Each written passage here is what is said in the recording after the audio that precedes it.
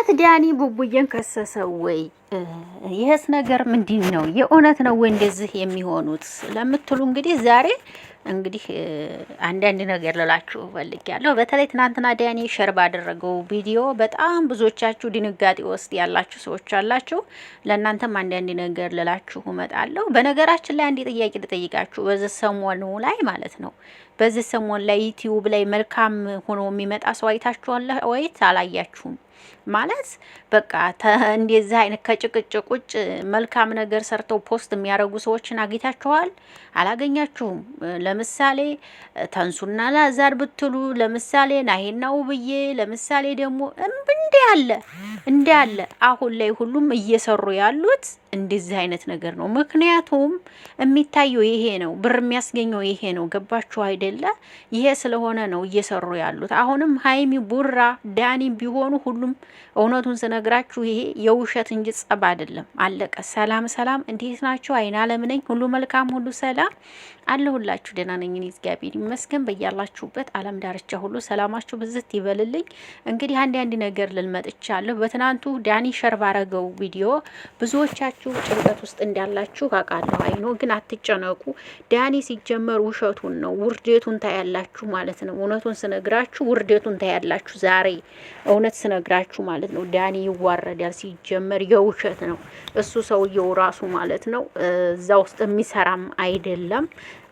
ሲጀመር ብሩኬና ዳኒ ሆነ ሀይሚ ሁሉም ከካሜራ ጀርባ ሰላም ናቸው። የእውነት ስነግራችሁ ስራ ነው እየሰሩ ያሉት። የሁሉም እንግዲህ አድናቂ የሆናችሁ እንግዲህ እያየሁኝ ነው በቲክቶክ ማለት ነው። ግሩፕ እየተከፋፈላችሁ ምናምን እኛ የብሩኬንን እኛ የሀይሚንን እያላችሁ ብዙ ሰዎችን አይቻለሁኝና ሀይሚና ቡራ እንዲ ናቸው። እውነት ስነግራችሁ ማለት አይቼ ነው ግሩፕ ምናምን ተከፍቶ የቡራንን የሀይሚንን ምናምን የሚል ነገር አይቻለሁኝና ከእንደዚህ አይነት ነገር ብትርቁ ጥሩ ነው ብዬ አስባለሁ። ነገ ታርቀው ሲመጡ ታፍራላችሁ። የእውነት ስነግራችሁ ነገ ታርቀው ሲመጡ ሲጀመር አልተጣሉም።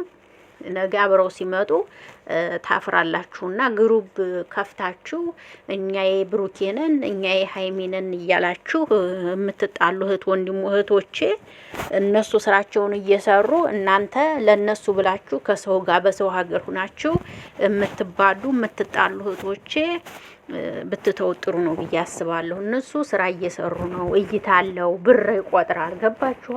አሪፍ ብር ይሰጣቸዋል። በወር አሪፍ ብር ያገኛሉ። 700,000 800,000 900,000 እስከ 1 ሚሊዮን ብር ይከፍላቸዋል በወር። ገባችኋ? ይሄ ስለሆነ እንደዚህ እየተፍጨረጨሩ መስራት ስላለባቸው ነው እየሰሩ ያሉትና እናንተ በዛ መሀል ከሰው ጋር የምትያያዙ የምትጣሉ እህቶቼ መጨረሻው ዝም ብላችሁ ብታውና ብትመለከቱ አሪፍ ነው። ዳኒ ሲጀመር በምን አይነት ልቡ ነው ብሩኬን የሚከሰው? እውነትስ ቢሆን እና ይህ ነገር እንደማይሆን ነው ጠንቅቄ የምነግራችሁና አስቡበት ማለት ነው። ማለት አስቡበት እምላችሁ ምንድነው አንዳንዶቻችሁ የሆነ ለፍ ያለ ነገር እየተናገራችሁ እያየሁኝ ስለሆነ ከዚህ ብትጠብቁና ብትጠነቀቁ አሪፍ ነው ብዬ አስባለሁ። እውነት ለመናገር ነገ እነሱ አንድ ናቸው። ምክንያቱም እኔ ያን እንዲሆኑ ጠንቅቄ ስለማቅ ነው ይሄን የምነግራችሁና ተጠንቀቁ ብላችሁ የመጣሁት። ዳኒ በፍጹም ብሩኬን አይከሰውም አያደርገውም። ሲጀመር በምን አይነት ልቡ ሲጀመር አልተጣሉም። ይሄንን ስራ እንስራ ብለው የተመካከሩበት ስራ ነው።